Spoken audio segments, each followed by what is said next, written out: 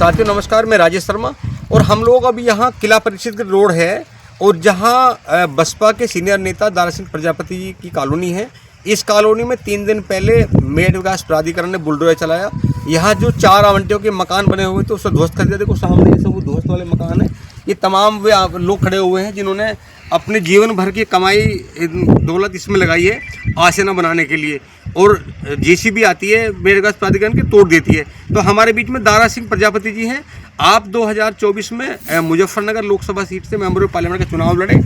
हालांकि चुनाव लड़े तो हार गए, लेकिन बसपा के वरिष्ठ नेता हैं। और जिस तरह कॉलोनी ध्वस्त हुई, लगातार 2-3 बार ध्वस्त हुई है, हम बात करते हैं इनसे कि कौन है इनके पीछे, आखिर क्या वजह है जो बार बार इस कॉलोनी को आके प्राधिकरण का बुलडोजर तोड़ता है। दारा सिंह जी, आपका स्वागत है सेवन न्यूज़ में। मेरा नाम दारा सिंह प्रजापति, मैं प्रजापति समाज का राष्ट्रीय अध्यक्ष और बीएसपी का वरिष्ठ कार्यकर्ता। 2024 में मैंने मेंबर और पार्लियामेंट चुनाव लड़ा लोकसभा का मुजफ्फरनगर से। ऐसी जाति में पैदा होने का एक दोष है कि मैं चुनाव ना लड़ूं। हिंदुस्तान में पैदा हुआ तो चुनाव क्यों ना लड़ूं। मैं पूछना चाहता हूं माननीय योगी जी और मोदी जी से कि हमारी क्या गलती है कि हम चुनाव लड़े, और हमारे पीछे जिन लोगों की 20-20 कॉलोनियाँ हैं उन लोगों ने लगातार चौथी बार मेरे यहाँ, ये 2021 की कॉलोनी है जब मैं चुनाव भी नहीं लड़ा था। 2023 में बुलडोजर चलाया, 2024 में बुलडोजर चलाया दूसरी बार, अब दोबारा चौथी बार यहाँ पर जो मैंने ये प्लॉट बेचे हुए हैं सभी को, उनका क्या घटना है, बैनामा हुआ उनका। उन बेचारे गरीब यहाँ पे है, उनके मकान आकर बिना किसी सूचना के, बिना किसी नोटिस के मेरठ विकास प्राधिकरण ने सुबह 8:15 पे आके 6 बुलडोजर लाकर मेरे बाहर की दीवार तोड़कर, दरवाजे को भी नहीं दीवार तोड़कर वे अधिकारी आए और 15 मिनट में 6 बुलडोजरों से इन चारों मकानों को ध्वस्त जमीन पर गिर कर चले गए। मैं बता देना चाहता हूँ माननीय योगी जी और मोदी जी को कि प्रजापति समाज एक ऐसा समाज है जो 99% आपको वोट देता है लगातार। कोई पूछ लेना, आप जांच कर लें, कोई गुरेज नहीं है कि प्रजापति समाज आपको वोट देता है।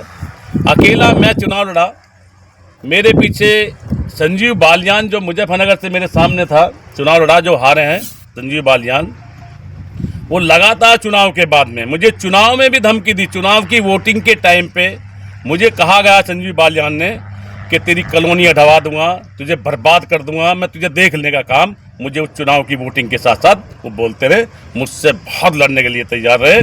मैं उस बात को मैंने किसी को बताया भी नहीं है। तो मैं ये बता देना चाहता हूँ, उसके बाद भी वे रुके नहीं हैं। मैंने एक ज़मीन खरीदी, उस पर बुलडोजर चलाया कि कोरल स्पिन के सामने, वो मुझे बेचनी पड़ी। मैंने दूसरी ज़मीन खरीदी, उस पर नोटिस लगा दिया, वो मुझे बेचनी पड़ी।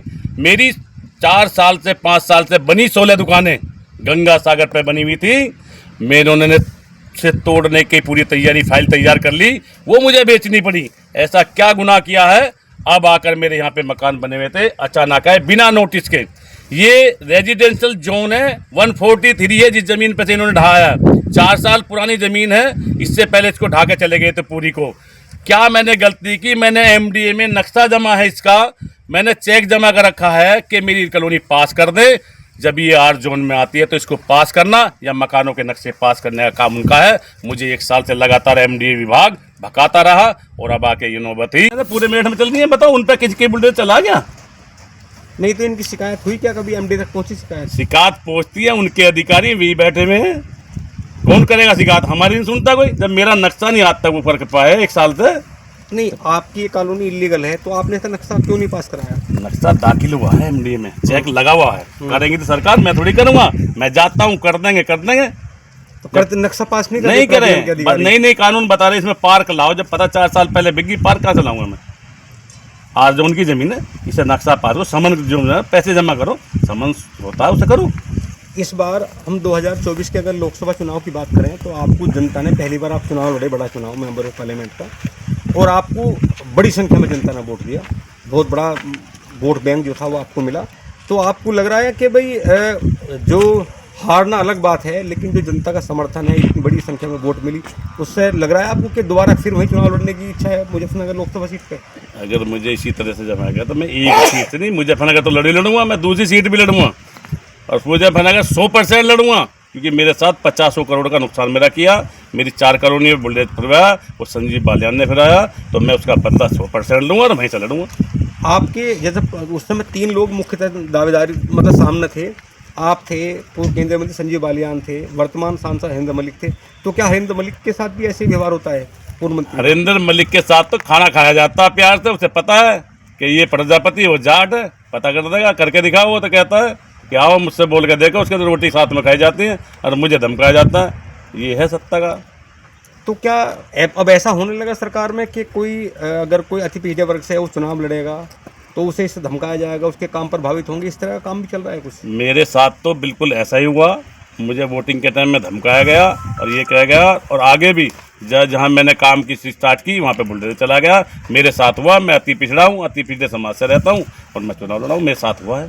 ये तमाम लोग यहाँ वो खड़े हुए हैं जिनके यहाँ प्लॉट भी हैं और जिन्हें प्राधिकरण के अधिकारी काम नहीं करने देते। अभी दारा सिंह प्रजापति जी ने बताया कि उन्होंने नक्शा पास कराने के लिए तमाम डॉक्यूमेंट प्राधिकरण के ऑफिस में दे रखे हैं, लेकिन अधिकारी भी जानबूझकर भाजपा नेताओं के कहने पे मानचित्र को स्वीकृत नहीं कर रहे। जबकि बहुत सारी यहाँ बहुत सारे सत्ता जुड़े लोग हैं। अभी बताया इन्होंने यहाँ पूर्व मंत्री, वर्तमान मंत्री भी हैं, पूर्व मंत्री भी हैं भाजपा के, जिनकी लगातार कॉलोनी कट रही है और उस पर प्राधिकरण के अधिकारी कोई एक्शन नहीं ले। तो हम इनसे बात करते हैं। तो आप यहाँ काम करते हो यहाँ पर? हाँ जी, मैं काम करता हूँ यहाँ पर। अच्छा, हाँ जी। तो क्या हुआ था उस दिन जब प्राधिकरण की टीम आई थी यहाँ? तो सुबह 8 बजे इधर को। अच्छा हाँ, तो हम जा रहे थे काम पे, तो वहाँ पर बुलडोजर चल रहा था यहाँ पे। अच्छा। हाँ जी, सुना था वो। और भी पब्लिक थी, तो वहाँ पे आपके बाद में चले गए। उन्होंने कहा तो हम भी दूसरी जगह काम पे चले गए। तो ये तमाम लोग हैं, ये है काम करने वाले लोग भी हैं और आवंटी भी हैं जो लगातार हम बात कर लेते हैं। भाई साहब है, इनका भी यहाँ मेरे ख्याल में प्लॉट है मेरा यहाँ आपका शुभ नाम है सर? मेरा खिल नाम है। अच्छा, ये प्लॉट है मेरे यहाँ। तो मकान आपको भी बनाने दे रहे हैं? बनाने कोई नहीं देता यहाँ पर, आदत से परेशान एक मेरे प्लॉट बोल रहे हैं। इधर मकान बनाने की तैयारी कर रखी थी, वो आते हैं परेशान करके चले जाते हैं। अच्छा अच्छा, अच्छा, आपका भी प्लॉट है यहाँ पे? हाँ जी, हमारे प्लॉट है। अच्छा, तो मैं उधर को आता हूँ, इधर ये ईंट है, आप संभल के साहब को करवाओ। तो आप आर्मी से थे क्या? नहीं, हम तो आर्मी से नहीं है, बड़े भाई सर्विस है। अच्छा। तो यहाँ प्लॉट लिया? प्लॉट लिया 2 साल पहले लिया। कई बार यहाँ निर्माण की कोशिश करी, हाँ। लेकिन बुलडोजर चल जाता है उसी दौरान। अच्छा, तो बहुत परेशान है। जो जमा पूंजी थी वो सब हमने यहाँ लगा दी। हमारी क्या गलती है इसमें? प्राधिकरण ने तोड़ दिया? प्राधिकरण ने तोड़ दी हमारा। आप भी हैं, आपका भी यहाँ प्लॉट है? ना मेरा नहीं। अच्छा, तो हम लोग यहाँ इस कॉलोनी में खड़े हुए हैं और यहाँ तमाम सब वे आवंटी भी है जिनके यहाँ प्लॉट है, जिन्होंने प्लॉट लिए हैं। यूँ तो शहर की अगर बात करें तो 70% ऐसी कॉलोनी होंगी जिनका प्राधिकरण से नक्शा पास नहीं होगा, लेकिन कहीं ना कहीं अधिकारियों की मेहरबानी है। और जैसा दारा सिंह ने बताया कि पार्टी के जो सत्ता में पार्टी है, इसके नेताओं के संरक्षण में जो कॉलोनी डेवलप हो रही है वहाँ कभी कोई बुलडोजर नहीं चलता। और जो ये कॉलोनी है यहाँ लगभग 3 बार जीसीबी चली है प्राधिकरण की, और इनका खुला आरोप है कि मंत्रियों की लगातार कॉलोनी कट रही है, उनके संरक्षण में कॉलोनी बन रही है, उन पर प्राधिकरण ने अभी तक वो कार्रवाई नहीं करी। और अगर निष्पक्षता है तो उनके खिलाफ भी कार्रवाई होनी चाहिए। तो हम लगातार संवाद भी करेंगे और बातचीत करेंगे जो इस तरह के मामलात हैं लगातार, क्योंकि यहाँ का मामला उल्टा है। जैसा दारा सिंह जी ने बताया कि बदले की भावना से यहाँ कार्रवाई की जा रही है और उसके पीछे इन्होंने अपने प्रतिद्वंदी, चूँकि चुनाव लड़े मेंबर ऑफ पार्लियामेंट का, तो जो इनके प्रतिद्वंदी रहे पूर्व मंत्री संजीव बालियान, इनका खुला आरोप है कि संजीव बालियान ने पहले पूर्व में धमकाया भी था, चिताया भी था कि तुम्हें बर्बाद कर देंगे, उनकी वजह से कॉलोनी ध्वस्त हुई है। तो आप लगातार देखते रहिए 7 न्यूज़, हम आपको लगातार अपडेट करेंगे।